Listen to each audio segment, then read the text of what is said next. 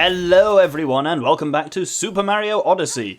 In the last episode we cleaned up every Moonrock Moon in the Lost Kingdom and the Metro Kingdom. This episode we're going to be doing the Slow Kingdom and possibly getting onto the Seaside Kingdom. If I'm honest, and I'm always surprised by this, there's a lot in the Snow Kingdom. I'm very, in inverted commas, small kingdom. I'm surprised by how many Moonrock Moons there are in the Snow Kingdom, and a fair number of them are both slow and difficult, so fun for us. Let's start by unlocking them. I'm actually going to show this a little bit, because note there's a door behind that Moonrock. There's all your various ones. Notice all the ones in Shiveria Town are the 5 there, so the vast majority of them are outside. Here is the first one, though. First 2, actually. Because this is the second secret circuit. This is the Iceburn circuit. Let's compete by talking to this guy. So, we have to do this twice. Same course each time, it's just the racers are harder the second time. This is difficult. It's not like... Don't get me wrong, we're not talking like jump rope or like beach volleyball level difficult, but you have to be good.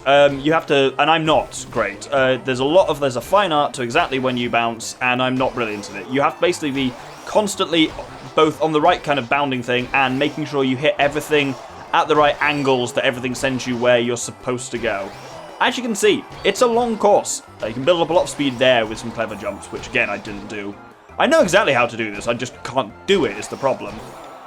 Which is why this is going to be very time consuming for me. But not for you. Because yeah, that's 1 lap and you got to do 3. And then you got to do it twice, so it just takes a lot of time. Let's get to the end of this one. Wow, I'm actually about to lap someone. I was going to say, there's possibly a good sign is that I've not seen anyone for about a lap and a half. So that's at least been fairly straightforward, so let's collect our moon for doing that. But the problem is now we have to do it again. And it's harder. So let's go ahead and do that, I suppose. Stop jumping and talk to the nice man. Stop it. Oh my god. There we go. Yeah, my advice with this one would be don't worry if you're not, don't bother restarting if you've not done it perfectly. Because you'll notice I'm only just ahead of him. I've taken 3 laps to actually catch up with the bastard. And I've fucked it at the last minute, unfortunately. Oh, have I? I haven't. Oh, I don't feel great now, because... Right, this game is cursed, essentially. On recording. Ow, I punched my microphone. If I say something can be really challenging, and I absolutely nail it on recording, as I've just done there, the game makes note of that, and just writes it down sneakily. And eventually, the bill is to be paid. And something will come up. It might be this episode, might be next episode, but it'll be something this recording session, which quite frankly is going to be from now until the end of the game, is my plan to do it all tonight. So the game will level the scores by taking somewhere where I'm like, oh, this is nice and straightforward, and it will make it unnecessarily cruel. So be aware that that's going to be happening over the next couple of episodes. Don't worry, I'll start screaming like a lunatic when it happens. You'll notice there, grabbed one from on top of the Odyssey, and now we need to grab ourselves a snowy Cheep. And this one is a bit of a bugger, so we need to go all the way out to here, next to this pool. And we actually want to start, you'll notice there's 2 ledges. We want to start with the lower ledge, because I believe it's actually the only way you can do this. What we want to do is... I think I fucked this up already. We need to get our Cheep into that pool. When you've been out of the water for too long, your Cheep will die. Resting in that pool is the only way I've ever figured to actually do this. You'll get just not quite close enough. But when you reach this upper pool, hey, there's a monitor. Yes, round belly. The mouth has an intriguing shape. Natural cold sink. Got it. I do believe I have solved this freezing, fishy mystery. And he gives us, I met a snow Cheep. Now let's do something that is pretty nasty as well, which is the speedrunning for this kingdom. Because this one, there's no trick to it. It's just... You just have to do it perfectly. You'll see what I mean. Let's get started. So, in this, you're doing the right thing if you do exactly what Golden Boy does, which is grab a fish, and you want to go around to the side here. You'll notice we will be neck and neck with Golden Boy. We will be the entire way. This race at least has the advantage that it's mercifully short. Because then we uncork this, we jump up. There is only one moment where you can get a slight advantage on him, which is on the Typhoon. Gotta wait for the Typhoon to finish its thing, and then long jump just in time through it. Fuck! Oh, bollocksing, missed it! And I just pressed all the wrong buttons and my hands went stupid there. But that's how we do it. At least it only takes 30 seconds, so the reset is fast. But you'll be neck and neck with him, and like even if you play everything perfectly, you'll be neck and neck with him until the don't give me your pity coins, you little shit. Until the Taifu, and then you can just long jump through it first. But unfortunately, I backflipped instead of long jumped, and then I lost my damn mind. Let's try that again. And there we go. There's your moment. And then if I just keep long jumping up here, you do just beat him. I don't think it's possible to beat him by more than like a second, but there we go. Right, let's grab our moon. And let's continue doing some exploration. So we want to head over here, and we'll see there is quite nicely just a... Oh, no, not that. We've already done that. That's an old one. No, there's a moon pipe here, which we want to go for a little secret level.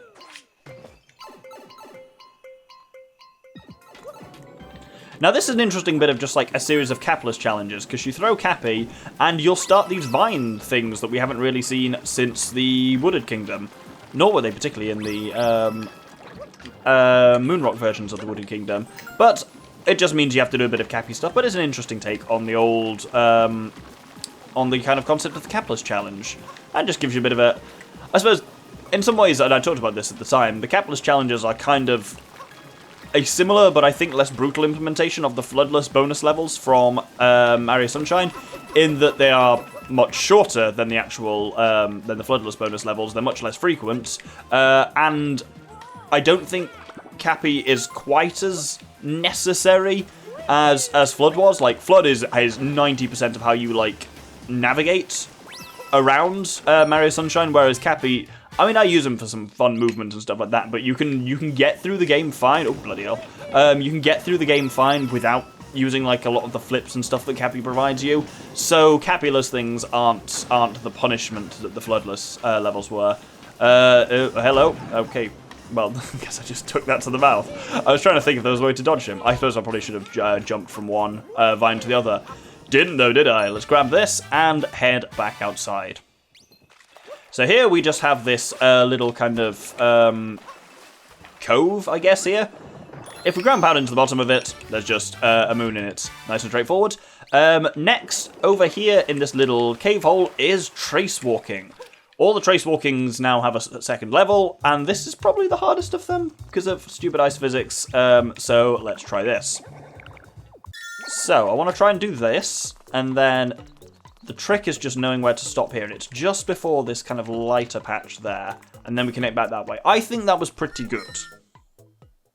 That was pretty good. That must have more than 90, certainly. What? You liar!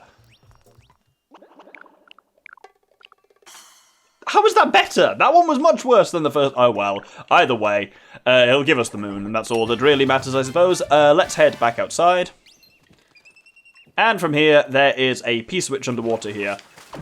I would say with this one, the temptation is to use a fish, and I would say don't. You can generally do much better movement if you know how to do the kind of double cap throw across the surface that way. He says, there we go. I think it's no easier or harder in a fish, it just depends what you're used to. Next up, we need to go round here. And, well, you can see what we're aiming for just over there. Right, this is the weird thing with the Snow Kingdom. There's actually quite a lot of them. I think there's more than the Lost Kingdom and more, as many as like the bloody Metro Kingdom. But most of them are just kind of sitting around. So I think we should get through most of them. Well, we'll get through all of them this level and still have this episode even and still have a little bit of time in the Seaside Kingdom as well. Which is good, as you know. I do deeply love the Seaside Kingdom because we'll see our next one as well is just up there. There's a lot of them kicking around and. Manually spotting them can be fairly straightforward because they're orange. Like a lot of the moons, they contrast quite nicely. With that done, we're basically done out here. We just have that one more to get over there, so let's warp to above the ice well. I learned this checkpoint's called. I've been calling it above the ice wall. But no, it's above the ice well, which makes more sense because there's a well that was covered in ice. Which is sensible naming when you think about it. What we need to do now is just climb this structure.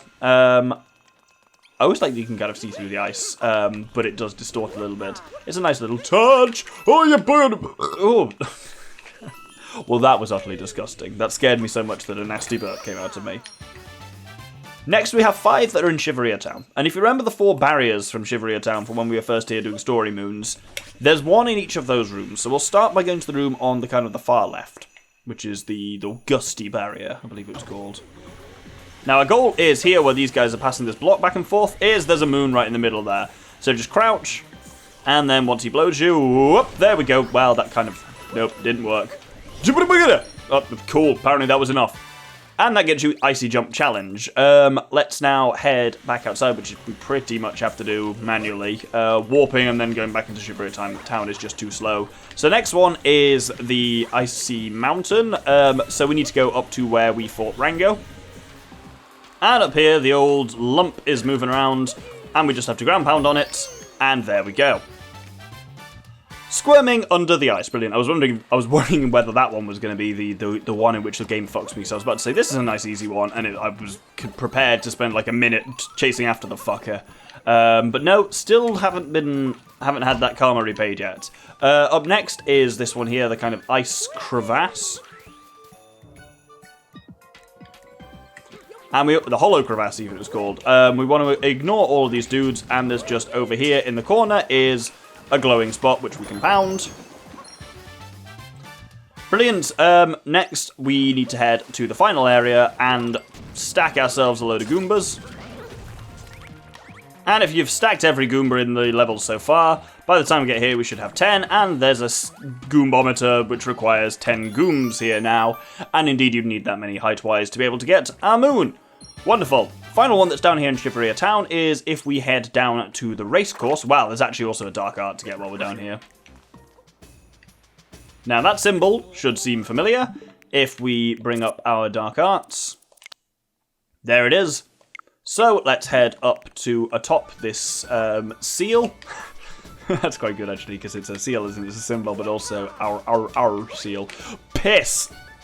How do I get back up there?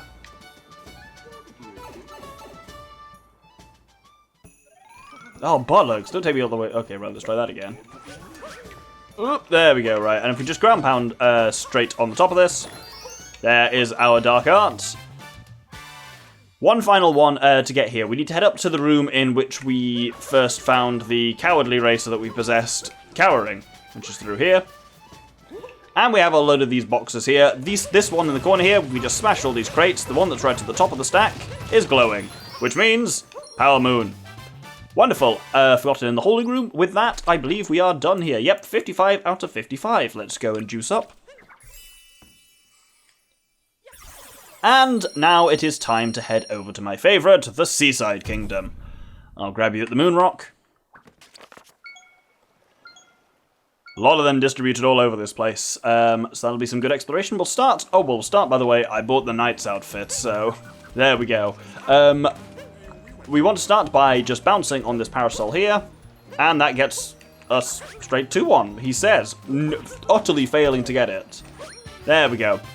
Cool, my plan is basically to start here and kind of just work our way around them that way. So we're going to start, well, once we're actually back on the ground, by working our way over to Rolling Canyon. Now from here, we want to head north, and yes, you can see our target right there is we have ourselves a moon pipe.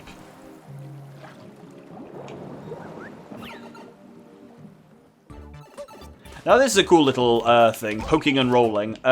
Note the tracks on the ground. These are where those Bowser bombs will follow.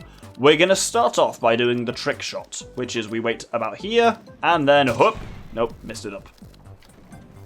Whoop, there we go. Make that roll around there. Oh, wow, I overshot there. Cool, let's move a bit slightly. You can always, there we go. You know the bombs are always going to basically arrive at the same points on this, and you can see where that's going to be from the map, so you've got time to just stand somewhere safely and adjust themselves. So that gives us poke, roll. That is actually the secret one. The main one we need to do is we just need to push forwards, and you'll notice, there's this ramp that's got destructible blocks at the bottom of it. So we just need to clear our way to that a little bit. Fuck off, you. Nope. Oh, balls. I missed the chance to get that one. This one should then be handy. Oh, yeah, no, we got it. That's fine. And then there, and then this ramp drops down. We also now have to shoot something up the ramp, but that is also fairly straightforward. If we just stand here, This last one's going to be a bit annoying from the angles. Whoop! There we go. With that done, we free the way to the actual moon at the top there. That's quite a fun little one. I enjoy that. Let's head back outside. And our next one is just over here a little bit. This bit that I've said looks like a kind of road intersection. Indeed, this is actually referred to by the game as the underwater highway. Because, as you can see, let's grab ourselves a fish. Probably should have fished up earlier. As you can see, there is just a moon sitting out in the open here. But this one is called Underwater Highway East. Explore! That tells us something about the other side as well. But what we need to do for now is grab ourselves a Gushion, or not, and we need to get to Hot Spring Island. And you'll notice, if you look on the radar, there is one directly above us. If we jet up, you can almost reach it and then just leave your host, and you pop out the top. Rapid Ascent on Hot Spring Island. Brilliant. With that done, we need to... Is there any point in warping? No, because it's actually just down there. I was going to warp to that point exactly there. But what we need to do is grab ourselves another fish. I'm being stalked by creepy... not cactus, what are they called? Brains stopped working. Stalked by creepy kelp. That's it. Sounds like cactus. Cactus, kelp. Little short, sharp K words. Either way. There is tall rock shelf in the deep ocean. Wonderful. Now what we need to do is head back up to the surface. I perhaps should have done this first, but you know me. Well, I was going to say you know me, I'm not very efficient, but I'm generally actually pretty efficient in these games. That was a rare moment of inefficiency for me. We need to do free running. Free running is exactly the same tactic as last time. Ignore what they're doing, surface straight away, grab yourself a Gushion, head over towards the cliff, use the Volbonas on the right to climb up, and there we go. With that, we'll collect our moon, and we have got one more moon, I think, to get this episode. Which is if we head south here and grab ourselves a Cheep. I said grab ourselves a Cheep. Grab the Cheep. Oh. There we go. Our final goal is this little spot of taking notes here. That we just have some kind of figure eights to do, so let's follow them probably around is the easiest way of doing this, of just do a full circuit of them, rather than like circling and doing each one is probably just as efficient. I think this is almost designed for you to do it without a fish, because it gives you an absolute shit ton of time, so there we go. And there, I think we will hold it. Next episode, we will do the remainder of the Seaside Kingdom, as well as moving on to the Luncheon Kingdom. Hope you'll join me then, thank you very much, and good day.